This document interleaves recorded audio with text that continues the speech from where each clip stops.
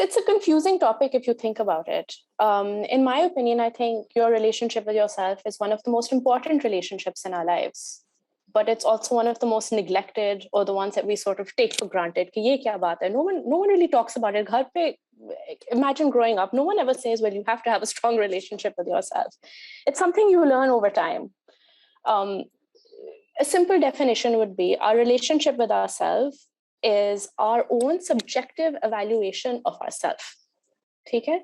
Now, that's a bit complicated or maybe confusing. What does that mean? So just for the sake of this conversation, maybe I can illustrate example later, right? So imagine this is me, Maheen, and this is me, self, okay? Ye koi aur cheez hai, it's externalized, right? Let's think for a second. What do I think of self?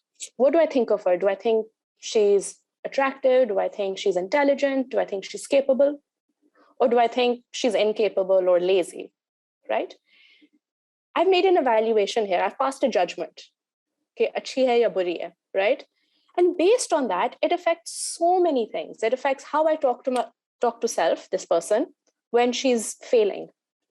So imagine she hasn't done something well or she's made a mistake. How do I talk to her? Or how do I talk to her when she's succeeding? Do I say, well, you deserve that? Or do I say, well, anyone could have done that. Don't be so happy, you know? How do I present her in social situations? How do I talk about her? Do I talk her up or do I talk her down? What cues do I give others about how to interact with her and how much to value her?